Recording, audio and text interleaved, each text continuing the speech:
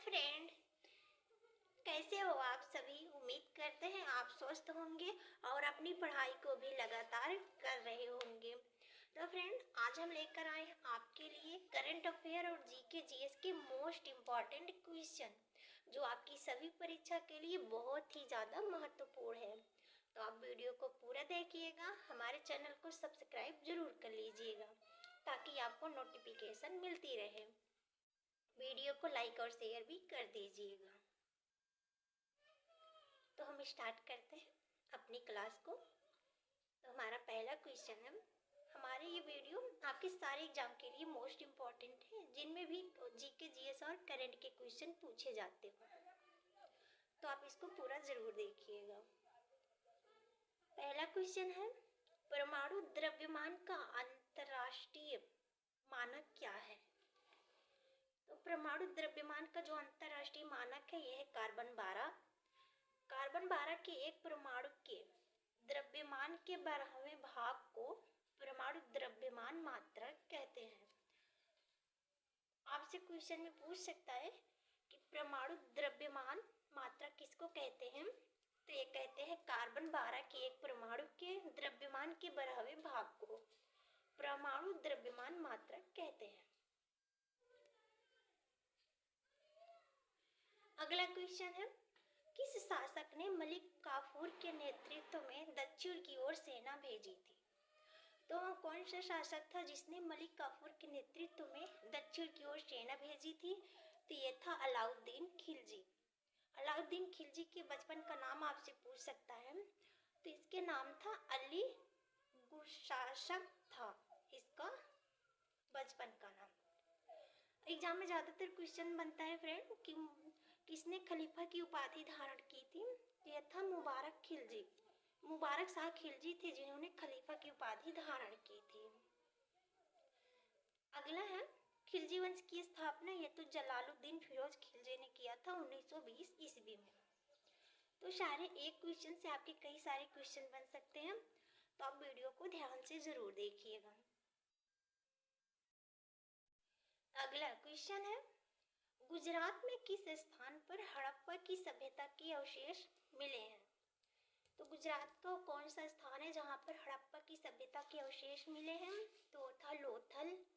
ये अहमदाबाद जिले में भोगवा नदी के किनारे स्थित है। लोथल के उत्खनन 1953 से 1956 तक हुआ था रंगनाथ राव द्वारा। तो इसका उत्खनन किसके द्वारा हुआ था, रंगनाथ राव द्वारा। कब से कब तक, 1953 से 56 तक। अगला क्वेश्चन है, बैंक दर की वृद्धि से क्या होता है, तो क्रेडिट महंगा हो जाएगा। बैंक दर की वृद्धि से, बैंक दर वह दर है जिस दर पर भारतीय रिजर्व बैंक व्यावसायिक बैंकों को उधार देती है।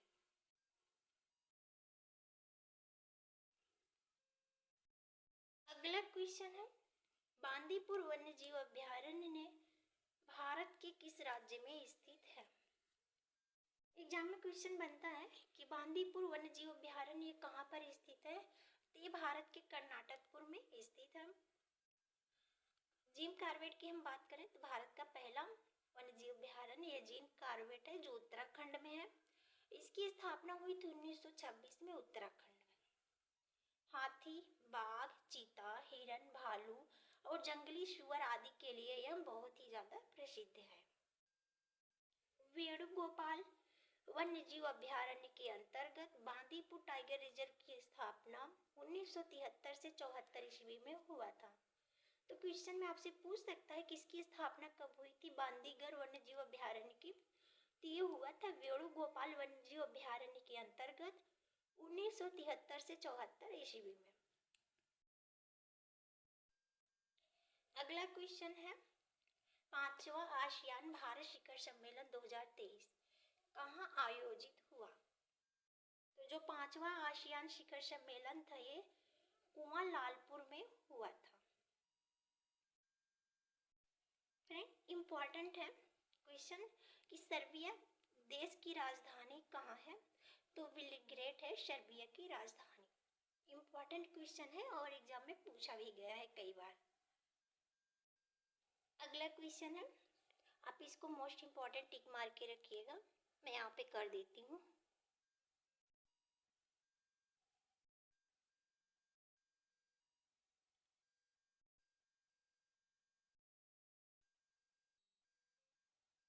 कौन ठंडी समुद्री धारा है? तो ठंडी समुद्री धारा ये लेब्राडोर है।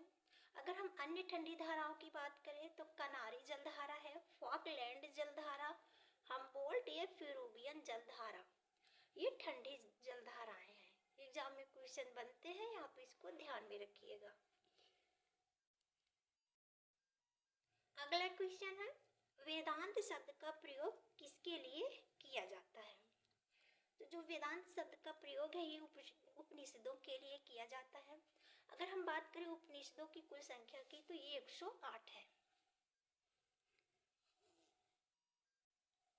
अगला क्वेश्चन है, वर्तमान भारत में जन्म दर तथा मृत्यु दर से संबंधित क्या है? तो ये है जन्म दर तथा मृत्यु दर दोनों गिर रहे हैं। अगला क्वेश्चन है, हदाश पार्टी किस देश की राजनीतिक पार्टी है? तो ये पार्टी है इजराइल की। इजराइल की पार्टी है हदाश पार्टी। अगला क्वेश्चन है, नर्मदा बचाओ आंदोलन किसके नेतृत्व में आरंभ हुआ था?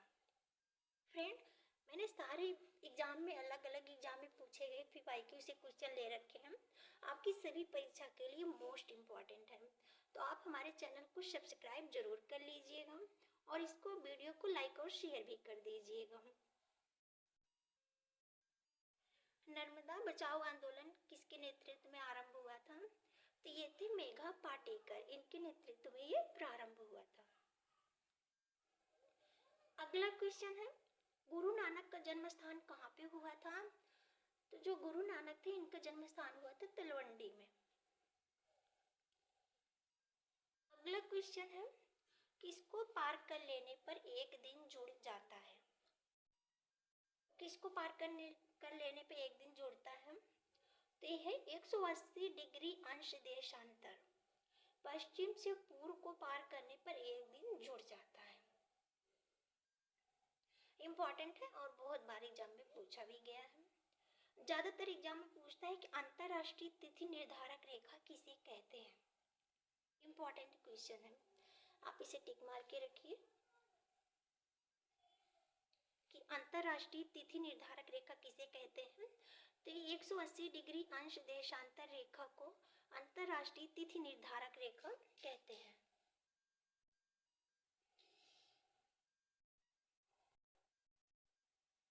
अगला क्वेश्चन है, वाटर पोलो में हर टीम में खिलाड़ियों की संख्या कितनी होती है?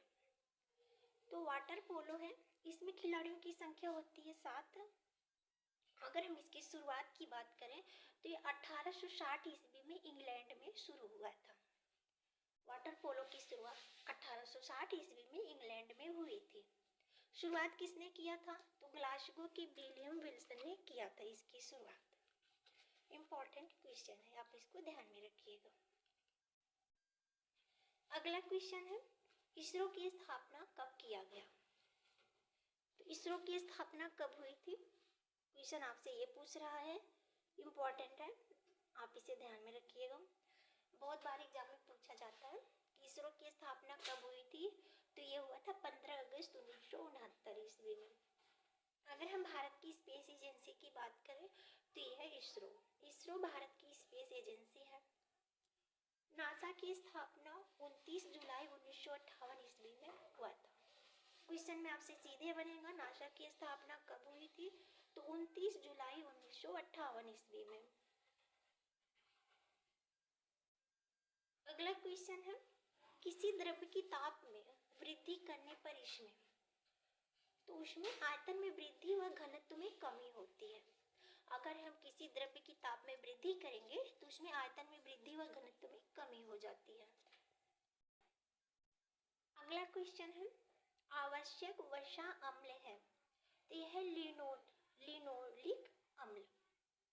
आवश्यक वसा अम्ल है लिनोलिक अम्ल। अगला क्वेश्चन है, ओलंपिक में भाग लेने वाली पहली भारतीय महिला जिम्नास्ट कौन है? तो जो ओलंपिक में भाग लेने वाली पहली महिला जिम्नास्ट है ये है दीपा कर्माकर। अगला है क्वेश्चन, माउंट कोटोपैक्सी कहाँ स्थित है?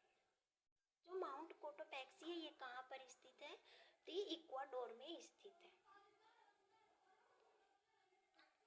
अगला क्वेश्चन है, सर्वेंट्स ऑफ इंडिया सोसाइटी के संस्थापक कौन थे? एग्जाम में आपसे क्वेश्चन पूछ रहा है और ये मोस्ट इम्पॉर्टेंट है। ये भी बीपीएससी टीचर में भी पूछा गया था और आपके अलग अलग एग्जाम में भी पूछा जाता है। तो ये है सर्वेंट्स ऑफ इंडिया सोसाइटी के संस्थापक थे गोपाल कृष्ण गोखले। इसकी स्थापना की बात करें तो 1905 में हुआ था। गोखले के गुरु थे महादेव गोविंद रनाडे, ये इनके गुरु थे। महादेव गोविंद रनाडे को पश्चिम भारत में नव जागरण का अग्रदूत कहा जाता है। एग्जाम में आपसे क्वेश्चन सीधे बनेगा कि पश्चिम भारत में नव जागरण का अग्रदूत किसे कहते हैं? तो ये कहते हैं महादेव गोविंद रनाडे को। अगला क्वेश्चन है, रेशम के कीड़े पालने को कहते हैं? तो रेशम के कीड़े पालने को क्या कहते हैं? इम्पॉर्टेंट है, आप इसे ध्यान में रखिएगा। तो इसे कहते हैं सेरीकल्चर। हम मधुमक्खी पालन की बात करें तो इसे एपी कल्चर कहते हैं। पीसी कल्चर कहते हैं मत्स्य पालन को। हार्टिकल्चर कहते हैं बागवानी के अध्ययन को। पोमोलॉजी फलों का अध्ययन इसके अंतर्गत किया जाता है।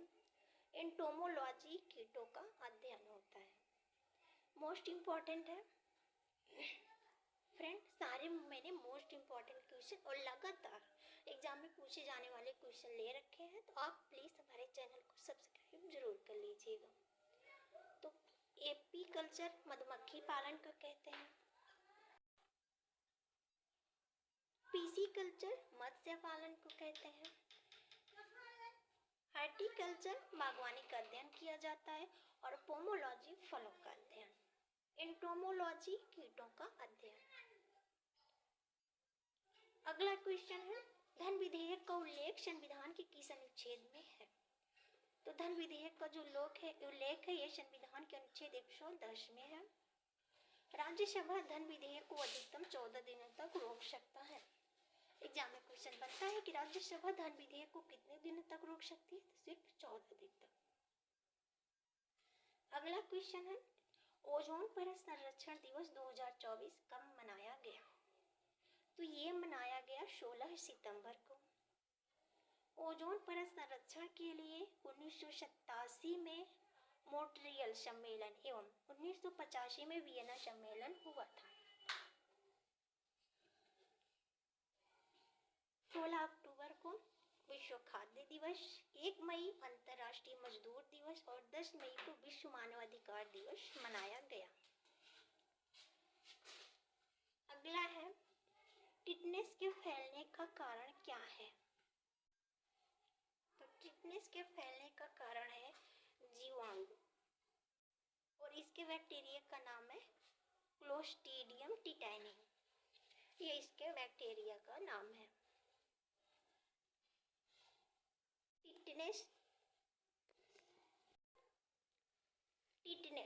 टिटनेस तंत्रिका तंत्र यानी कि केंद्रीय यंत्र पर असर डालता है जिससे रोगी की मृत्यु हो जाती है।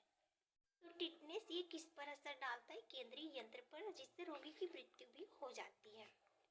टिटनेस संक्रामक रोग से मांसपेशियों में दर्द और ऐंठन पैदा होता है। तो इससे क्या होता है? मांसपेशियों में दर्द और ऐंठन पैदा होती है। अगर हम टिटनेस के बैक्टीरिया की बात करें तो यह है क्लोस्ट्रीडियम टिटानी। इम्पॉर्टेंट है और एग्जाम में पूछा भी जाता है। अगला क्वेश्चन है, न्यूटन की खोज किसने की थी? तो ये न्यूटन की खोज की थी 1932 में जेम्स चैडविक ने। न्यूटन नाभिक में अवस्थित होते हैं। तो ये कहाँ पे स्थित है? नाभिक में। परमाणु संरचना जॉन डाल्टन ने दिया था। गुरुत्वाकर्षण तथा गति के नियम की खोज ये न्यूटन ने की थी। इम्पॉर्टेंट है, एग्जाम में बनता है कि न्यूटन की खोज किसने की थी? तो जेम्स चैडविक ने। तो फ्रेंड, ये थी हमारी आज की वीडियो। आपको हमारी वीडियो पसंद आए तो हमारे चैनल को सब्सक्राइब जरूर कर लीजिएगा, हमारे वीडियो को लाइक और शेयर भी कर दीजिएगा। थैंक यू, धन्यवाद।